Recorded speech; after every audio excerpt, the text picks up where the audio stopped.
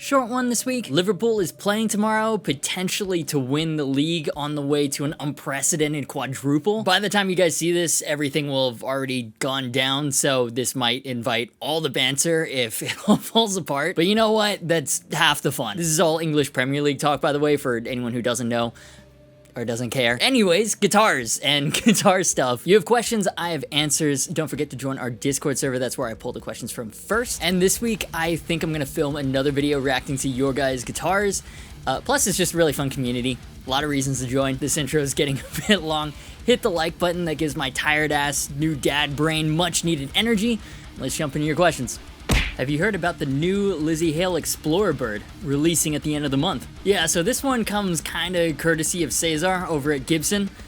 Again, he's posted a picture of this guitar on his wall showing that it wasn't just a one-off custom for Lzzy Hale that she's been rocking on tour. And they say I'm the worst at leaking things I'm not supposed to. You may remember he was also the one that showed off the Adam Jones Standard with Dave Mustaine, what, like a year before he was supposed to? Never change, Cesar, never change. So anyways, Lzzy Hale from Hailstorm has a new signature Gibson coming out. It's a pretty unique one. Explorer body with the non-reverse Firebird headstock. Awesome, and it's very, very red. According to leak specs, there's also some stuff going on under the hood here as well. 70s tribute pickups, which are pretty hot, and gold everywhere they could put it, including the pole pieces and even the frets. I assume that means Jaskar Evo Golds. And yes, dude. So Evo Golds were originally designed for people with nickel allergies. They invented this nickel-free alloy that, one, made the frets really hard, and two, turn the frets gold. They're in between traditional nickel silver and stainless steel frets, closer to stainless steel in both hardness and feel. At least in my experience from the basically 2 minutes I tried them on the Ibanez RG621FQ blah blah blah something something at NAMM. The Coral Burst Popular Bro one. Jordan will find a picture. And I wouldn't say that I like them quite as much as stainless steel frets, but compared to nickel silver, yeah, they were cool. So very, very happy this has made its way onto a production Gibson. And if you aren't familiar with Lzzy Hale, she's the front woman in Hailstorm, which are just a phenomenal rock band. And I use the term front woman deliberately. She's not just a singer, although she is an incredibly good vocalist. Listen to the high note in American Boys. Dear Lord.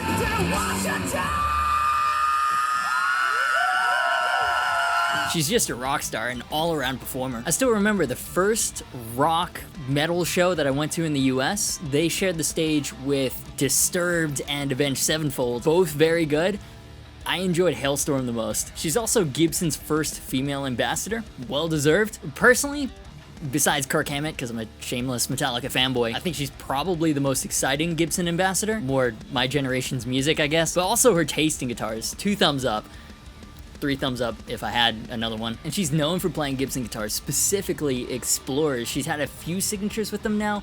A 2018 Dark Explorer, before that an Explorer Custom in white. Man, they both looked really cool with gold hardware, gold pickup rings, gold pick guard, gold binding too. A little gaudy maybe, but cool nonetheless. They stand out. There was even a limited edition Epiphone version of the White Explorer back in 2019 that I really wanted to try. And there are a whole bunch of guitars they could have made for her next signature. She's been pictured with another Explorerbird in white. She's played Firebird customs in white and in black. Those could be cool with the full gold treatment like her Explorer's got. Speaking of which, she's got a double neck SG with the aforementioned gold treatment, and it's absolutely outrageous. On occasion, she plays a baritone Silverburst Explorer with a 28-inch scale length. That's so fucking cool. She's also got a gold top Explorer, which I wasn't expecting to like so much, but since becoming a dad, I think I'm required to like at this point. And the good news is we probably will be getting more of these models, since in that Ambassador press release, it was announced she'll be getting the full Dave Mustaine, Kirk Hammett treatment with models all across Gibson, Epiphone, and even Kramer. Gibson, please, the Explorer Baritone, I beg, please release this. Please make an Epiphone version. And I'm almost sure there will be an Epiphone version of this Explorerbird, although if I were a betting man, I would say it'll be in white, more universal appeal. I have no idea what they're gonna do on the Kramer side, to be honest. In fairness, I have no idea what Kramer does in general. You know, Gibson swears it's a part of their plans with every artist collection. Gene Simmons, Dave Mustaine, Kirk Hammett, and still waiting. But with Lzzy Hale, from what she tends to play, Firebirds and Explorers, she used to play a lot of SGs, Kramer doesn't do any of that. So new shape? Maybe. I'd love to see Kramer's take on the Firebird. That'd be really cool. So I definitely understand why they went with this one first to launch the new Lzzy Hale collection.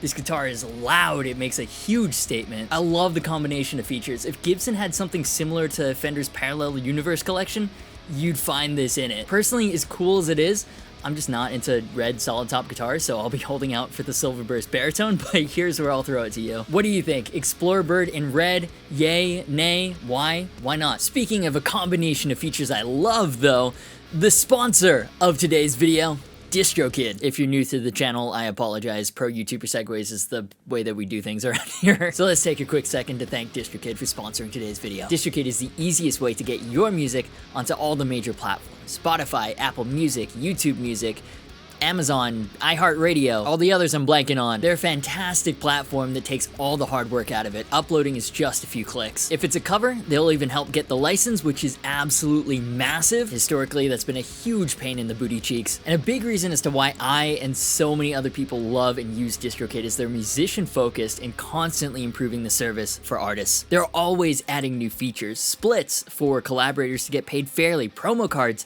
to advertise new releases on social media, and now something called social phone. Listen, social media is dominated by algorithms and often they're a complete mystery. And trust me, it can get frustrating. Followers don't always see all your posts. So with social phone, DistroKid gives you a tool to communicate directly to your most loyal fans via text message. Announcing a new release, a new music video, or even to say hi, that personal connection can make all the difference. And DistroKid doesn't take any cuts. All the revenue earned from your music is yours. Pricing starts at just 20 bucks a year for unlimited uploads, but for you guys, if you use my link in the description, you can snag a bonus discount. Plus, it helps support the channel by letting them know that I sent you. So, if you got music that's better than Machine Gun Kelly's, show the world with DistroKid. And while you're checking that out, let's get into the next question. Joms asks, what do you think the specs will be like on the Adam Jones Epiphones, given the Gibson Standard only has custom burst buckers? Not sure I can justify buying another Les Paul if it's just going to have different custom Pro buckers, although I'd be down with a Prophecy with proprietary Adam Jones Duncans instead of Fishmans. Yeah, I'm not really sure what's going on right now between Gibson and Seymour Duncan. They just don't seem to be getting along. I don't know if it's inflation, like price related, or if it's supply chain, like inventory, or again, price related. But okay, look at the Slash collection Les Pauls. For example, the old Epiphones, and I'm not even talking that old, 2018, the Anaconda Burst with an ebony fingerboard I demoed, that had the Slash pickups in it. Now, Epiphone Pro buckers. His old Gibson USA's, signature Seymour Duncans. The 4 Les Paul Standard I got, I love that guitar, but custom burst bucker Alnico 2s. The Gibson USA, Adam Jones Standard, burst bucker 1 in the neck, and a DC high gain humbucker, whatever that is, in the bridge. And I'll let you know how that is when I get mine, but really? The Gibson USA Les Pauls are still $3,000 guitars. Not that I think Gibson pickups are bad, they've grown on me for sure, but at that price? Come on, for an artist signature, if they play Seymour Duncan, you can put a Seymour Duncan in there. It's only when you shell out double for the $6,000 Murphy Lab, you get the Seymour Duncan DDJ in the bridge and the custom bucker in the neck. I could not tell you why that artificial differentiation is why it is, but I'm not a fan. For whatever reason, Seymour Duncans are disappearing from the lineup, and there are exceptions. Say what you will about the Dave Mustaine collection, his Explorers come with his Seymour Duncan Thrash Factor in the bridge and a 59 in the neck, and Jared James Nichols' Epiphone has the Seymour Duncan Dog Ear P90. So I don't really know what's going on there, but I have predictions for the Epiphone Adam Jones, and you might not like it. Adam Jones, being as big as he is for Gibson, I'm going to assume that his guitars will mirror Slash's. Actually, Jerry Cantrell would be the better comparison, since his Wino started as a limited edition Murphy Lab before an Epiphone version was introduced. I would count on Epiphone pickups being in the Adam Jones Les Paul. I hope they prove me wrong and they put at least Gibson USA pickups in there, but I just don't see it happening. There's so much hype around Adam Jones guitars. They know whatever pickups they put in there, they'll sell. Just like Slash's Epiphones, just like Jerry Cantrell's Epiphones, they'll sell. And I'm still hyped for it. Affordable aged Silverburst, especially if they put in proper 70s features like a really slim neck and a volute. I wouldn't count on it having a maple neck since even the USA Standard has mahogany, but if it's got the proper 70s neck shape at least, worth it. That neck shape is why I love my Norland Custom so much, and I was saying that before they started blowing up. Love your idea of an Adam Jones prophecy with the Seymour Duncan TDJ and the custom bucker in there. I don't think it will happen though. I would count on there being only one Adam Jones Epiphone. Very similar to Jerry Cantrell's Epiphone Wino, but in a greenish, orangish, aged silver burst. And of course, Epiphone pickups. If the Wino and the Slash collection both have Epiphone pickups, I don't see the Adam Jones Les Paul bucking that trend. And it's still cool if you're a fan of Les Pauls. Again, affordable aged silver burst, just not as cool as you're hoping it might be. Then again, maybe I'm completely wrong. It's been forever since Adam Jones teased an Epiphone version on his Instagram, way before we knew Wino was coming. And I might be getting my dates wrong, but I'm pretty sure it was before we knew there was even a Gibson USA standard on the way. Maybe there's a reason it's taking so long. But all this is complete and utter speculation, so here's where I'll throw it to you again. What do you think? What are your thoughts? 6686 asks, does Frida weigh more than a Les Paul yet? Not as much as a Norland Custom. Broke Expert asks, opinion on cats? Dude, I love cats. They're so fucking derpy. Especially Koshi. She can't jump. She just like jumps into things and then walks away like nothing happened. Nobody saw that. They're also very bonded creatures. They're not as universally loving at first, like with dogs, which I absolutely love about Pringle. But if you take the time to get to know a cat, they're very affectionate, which is kind of rewarding into itself. I don't know, man. I just love fluffy animals. Dogs, cats, whatever. I'm still waiting for them to create genetically modified tiny docile polar bears. Like, how much fun would that be? Did not break a $6,900 no-caster asks, ever tried a BC Rich? Yep, got a whole video on the Mockingbird Extreme I tried a couple years ago actually. Usually totally not my thing at all, way too pointy, but Loki loved it anyways. Neck through, Evertune, Fishman Fluence.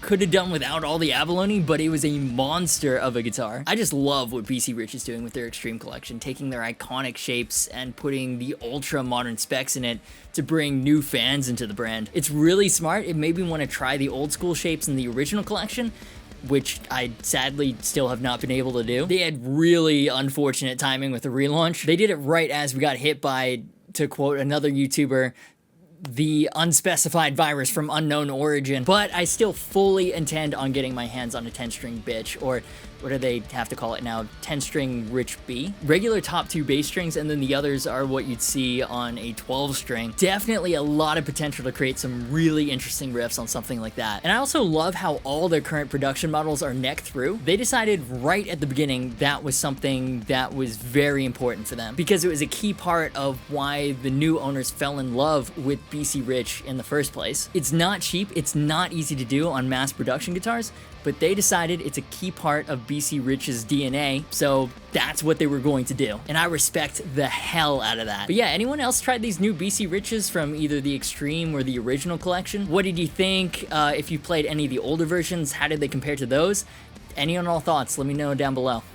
Zix asks, new Chapman ML2 single cut. Not sure about that shape though. You? Yeah, so I guess Gibson decided that the old ML2 was too good and hit him with an old-fashioned cease and desist. Play authentic. Even though it was closer to an Eclipse, but alright then. And earlier this month, Chapman just dropped a new ML2. And yeah, the shape is a little sus, but the colors are awesome.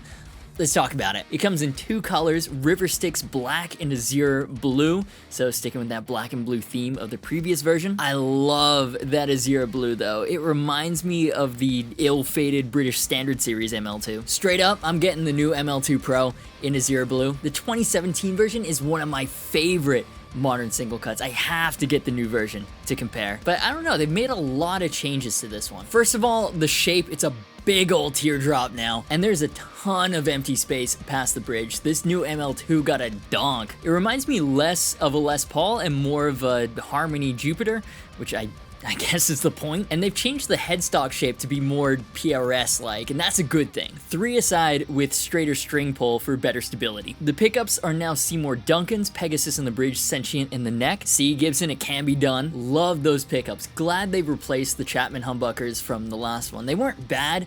Pegasus, Sentient are just S tier. They've also gone from direct mount to pickup rings, which I do not like at all. I'm not really sure what they were thinking here. This model screams for direct mount. It's also using the rounded pickup rings like on the SE Paul's guitar. I guess they look more modern, but any pickup rings on this, especially with the hipshot bridge and blacked out Seymour Duncans, it doesn't look right. That's another thing. They've changed the Tune-o-matic bridge and tailpiece combo to a hipshot style low profile hardtail. So maybe they've changed the neck angle as well. That might make this a very different playing guitar to the 2017 version, especially since they've increased the scale length from 25 to 25.5 inches, or as Tremonti calls it, made it a baritone. They've also changed the fingerboard radius from 14 inches to a rounder 12-inch radius. Yes, it's less of a big deal now that I've been beaten into submission from all the 14 and 16-inch radius fingerboards I've played over the years of doing YouTube, but on a single cut, 10 to 12 just feels right to me. The new ML2 is also not neck through anymore, which I can see a lot of people taking exception to. Now, I love this about my ML2, and it looks fucking awesome as well. But realistically, is the upper fret axis any better than on my set through Solar single cut? Not really. Is the sustain any better than my set through Solar? Again, not really. I love that it's roasted maple now for the stability, and I would have loved to see a big piece of roasted maple running right through the body. Again, bringing up the British Standard Series ML2, that's what that had, and it looked awesome. By the way, Rubia, I haven't seen you play that in quite some time. If you're looking to sell, you know where to find me. But yeah, so sadly, going this route with the new ML2, it makes sense. Just with everything getting more expensive now, you have to be really selective about what specs actually make for a better guitar. And neck through, it's up for debate. Another sad change, the 2017 version has a full carved flame maple cap. It looks sick. You can see the flame on the natural binding. It's awesome. On the new version, they've changed it to a plain maple cap and a figured veneer. Again, totally understand the change from a material availability and cost perspective, especially with inflation. Like a flame maple cap will not feel different to a regular maple cap. It'll just cost a lot more, but damn. Just damn. It was really cool to have the full flame maple cap. So a lot of changes, but they've also kept a lot of what I loved about the previous version. Hipshot open gear locking tuners, 24 jumbo stainless steel frets, lumen lays, ebony fingerboard with rolled edges. The original ML2 introduced me to all these things I absolutely love, and it was a pioneer among import guitars when it first dropped. A ton of these high-end specs for a really reasonable price. Now, the landscape's changed a lot in those 5 years since. More and more import guitars are getting stainless steel frets, rolled fingerboard edges, and it'll be interesting to see how the new ML2 stacks up. I will say this, it's definitely different to other modern single cuts. Hipshot hardtail on a single cut could be very interesting. No idea if I'm gonna like it more than the previous version or not. This one looks less Paul inspired. They've definitely taken a lot from PRS and from other modern guitars in general. Regardless, as soon as they land in the US, I'm getting one. And Chapman actually dropped a big 2022 lineup reveal video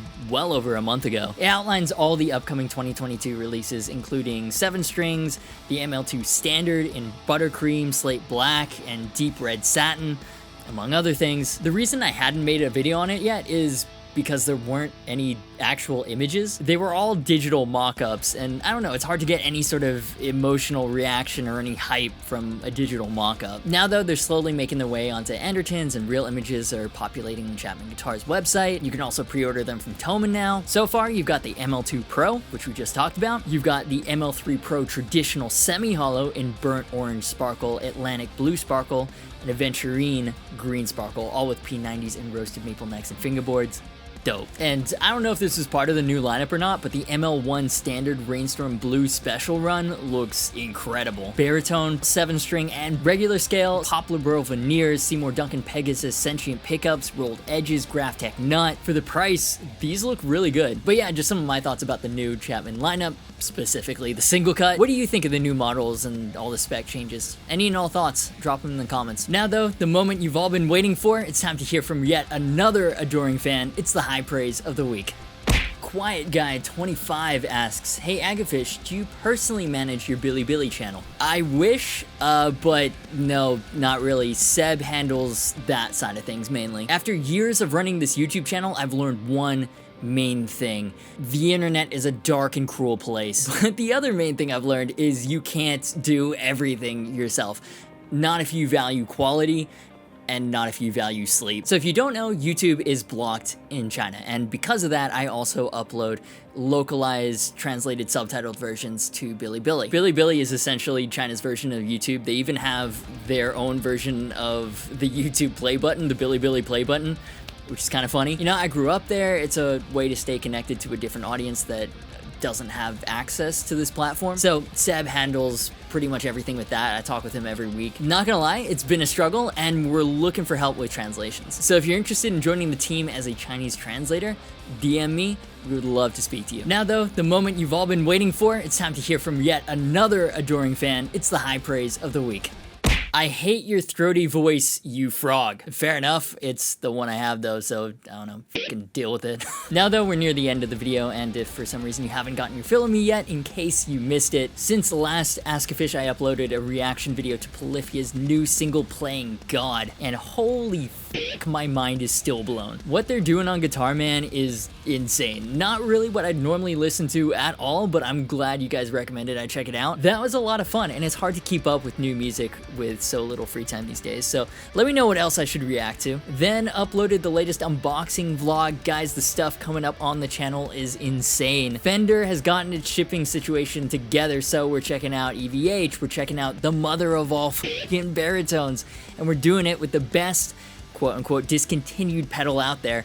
Things are about to get very wacky. Uploaded a quick short as well of my 2005 Edwards James Hetfield inspired dark purple satin Les Paul custom. Been going through all my guitars as part of a culling process / complete gear tour video, and I've been having a lot of fun making quick under a minute shorts telling the guitar's story, starting with that one. Then there was a demo of the Hughes & Kettner Black Spirit 200. I know I'm late to the game, but I thought it was a relevant one given it's a really natural sounding amp with a really advanced feature set, and it's got no tubes. What a fantastic option in a global tube shortage. And if you missed last Askgufish, we talked the 29-inch scale length baritone Solar, the Gibson Mustaine Collection acoustic, and weird vacuum headphones. Link to all those in the cards and in the description. And shout out to all my wonderful patrons for making this and all the other content possible. Every one of you is amazing. We're trying to make the move to 4K, make the videos extra crispy for you guys,